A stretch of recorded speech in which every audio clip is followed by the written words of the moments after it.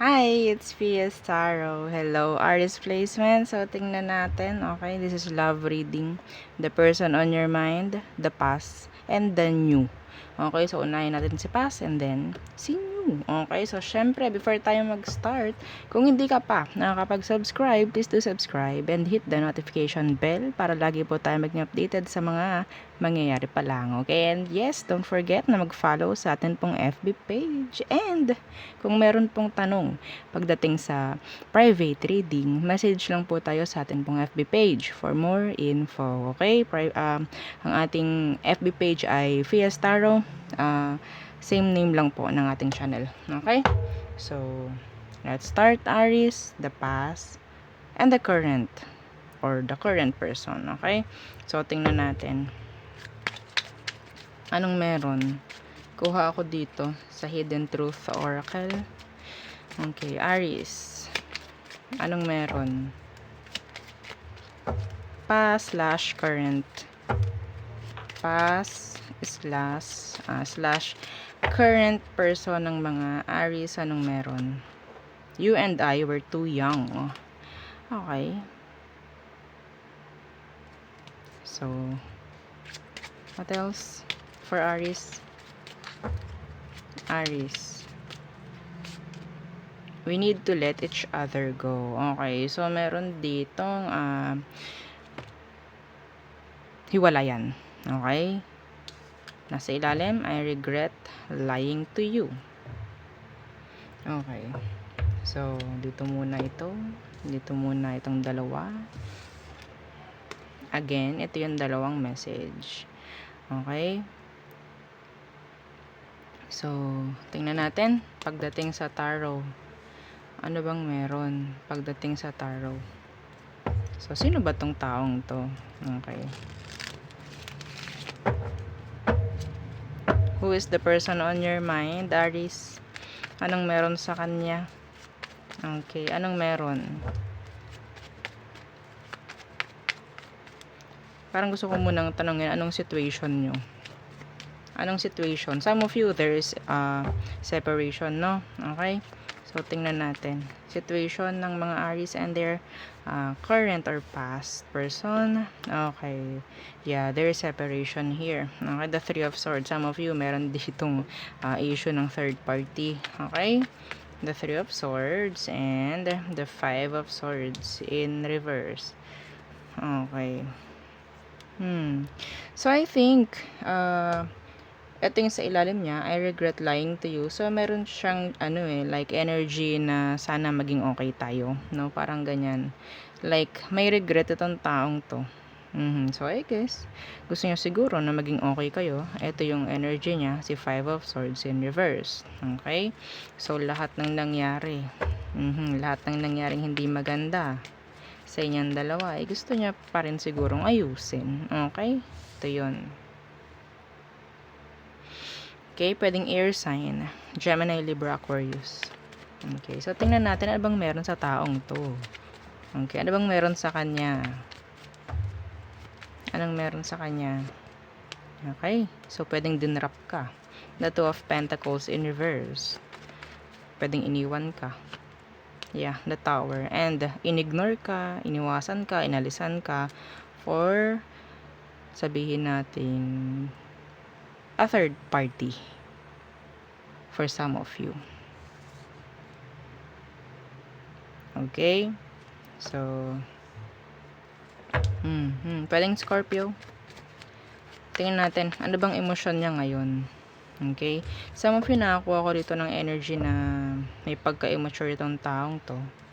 Okay? Or pwedeng kahit sabihin nating same gender, same age kayo nito, parang kung ihahambing sa pag-iisip mo, napakabata ng pag-iisip niya. Parang ganyan, no? Immature. Okay. So, tingnan natin ano bang emosyon niya pagdating sa'yo, Aries. Okay. Oh, the Lovers in reverse. Gemini energy. Okay. What's with the Lovers in reverse? Pasensya na po ha sa ingay sa paligid-ligid dahil naglilinis. The Lovers in reverse. Okay, and the Three of Cups in reverse. So, Ito siya. Okay, pareho yan. The Five of Cups in reverse. I regret lying to you. Gusto nitong maging okay kayo. Pero, pagdating sa connection, andyan yung sabihin nating totally parang hindi ka na rin niya masyadong iniisip. Okay? Hindi ka na masyadong like sabihin nating hindi na siya totally like strong yung connection na nararamdaman niya for you. Okay? Kasi pwedeng meron ngang iba to. Sa ngayon, nandun siya sa ibang party. Party talaga. Yes. And for them, some of them, no, hindi na sumasagi sa isip nila yung reconciliation. Hindi na. Okay? Makikipag-ayos na lang. Like, maging okay na lang kayo. Parang ganyan. Like, pwedeng inisip na sana na patawad na ako ni Aris. Okay? Yeah, may third party dito. Kasi ito rin we need to let each other go. Okay? So, hindi ito nag-iisip na bumalik. Okay? No. So, tingnan natin. Ano bang iyong emosyon? Okay? For them. Ano emosyon mo para sa kanya? Aris. Okay, the Three of Pentacles. Some of you, alam mo, may third party. Okay? What's with the Three of Pentacles? Yeah. Yes. Ikaw naman, I think, ang inatupag mo sa ngayon ay sabihin nating progress mo, kaperahan mo, all in all, sabihin nating stability mo. Okay? Kasi I think, kung alam mo namang may third party, alam mo na sa sarili mo na this is just like a waste of time if ever, no? A waste of time. So some of you hindi na rin naman totally gusto pang habulin or gusto pang kausapin itong taong to. Pero yes, this person is like thinking na sana na okay na kami, naging okay na kami, parang ganyan. Okay? So yeah.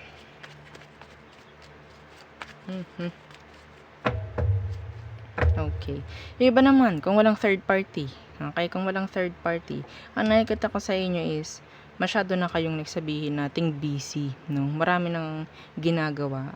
Like, sabihin natin parang, hindi mo na siya kinakailangan kasi mas nagiging okay ka, no? Nung nawala itong taong to. Nag-cause lang siya ng pain sa'yo, umiyak ka lang, parang ganyan. So, ngayon, parang okay. Mas magiging okay na ako kung wala itong taong to. Yes. Kaya, see, this is your energy, the Emperor. Okay? And the Strength. Okay? Diba? Pag pinagsama yan, ang ganda nan. Parang strong na strong ka. Parang ganun. Okay?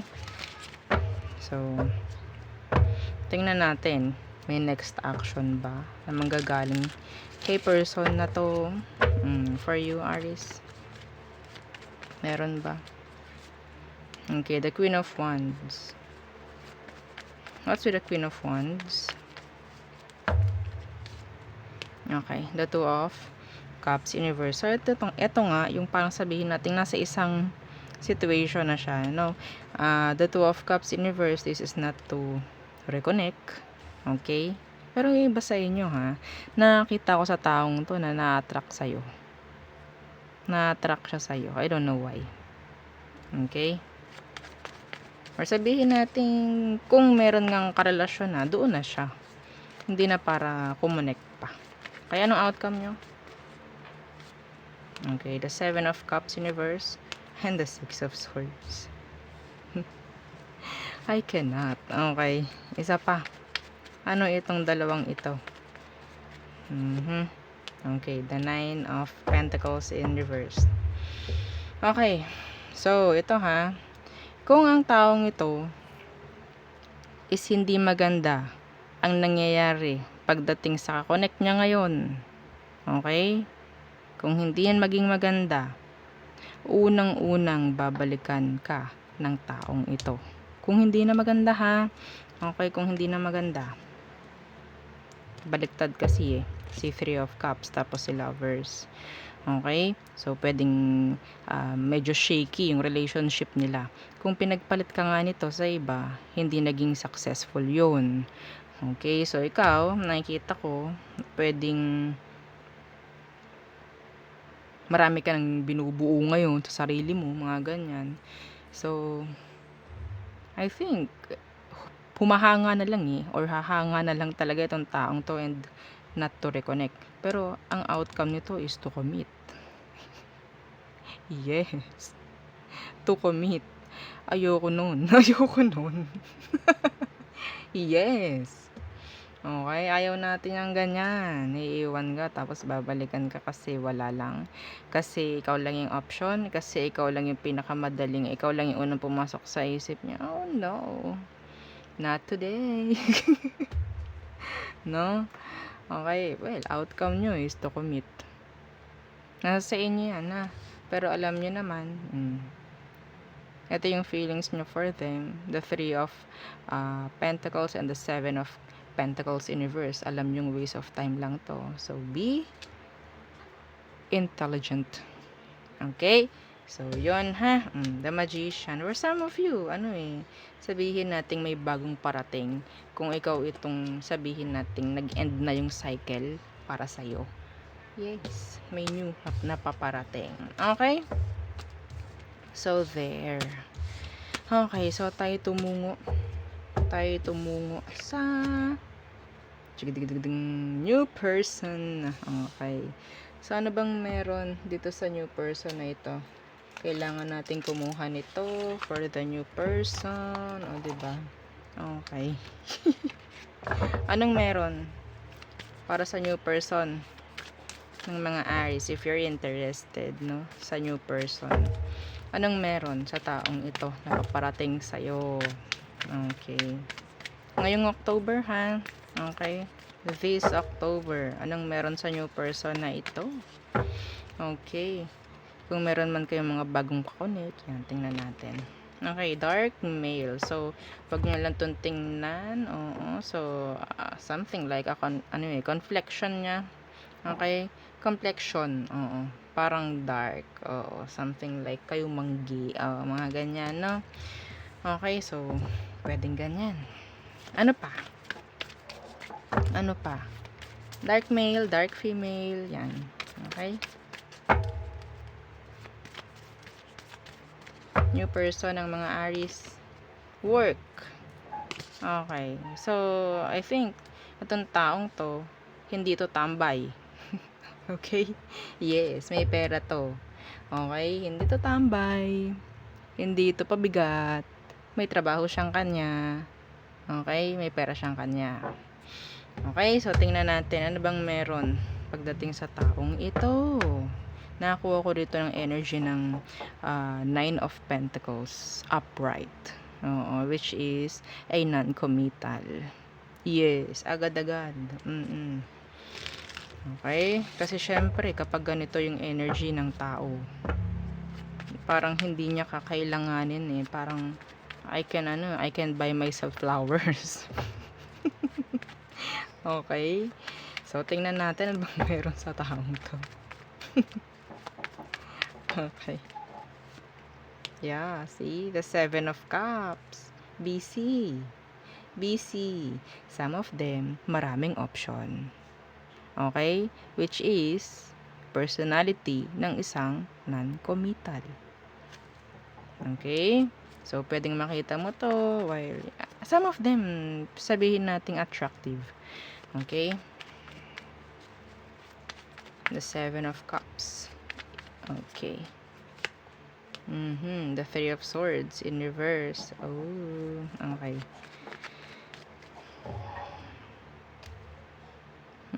Some of you, pwedeng makita mo to while you're outside, like, parang nasa bar. Sa bar, oo. Parang, like, nag-i-enjoy ka. Okay? Nag-i-enjoy ka. And makikita mo sa taong ito, like, open siya. Okay? Open. Tingnan natin kung ano emosyon. Ano emosyon ng new person na to pagdating sa'yo? Okay. Ano ang emosyon niya? See? Ano to? Emosyon. The 9 of Pentacles. The non-committal. I told you. Ito yung emosyon niya for you not to commit. Okay? Not to commit. Tandaan nyo. Okay, so tingnan natin. Bakit? Kasi nga, sabi ko nga, I can buy myself flowers, sabi niya.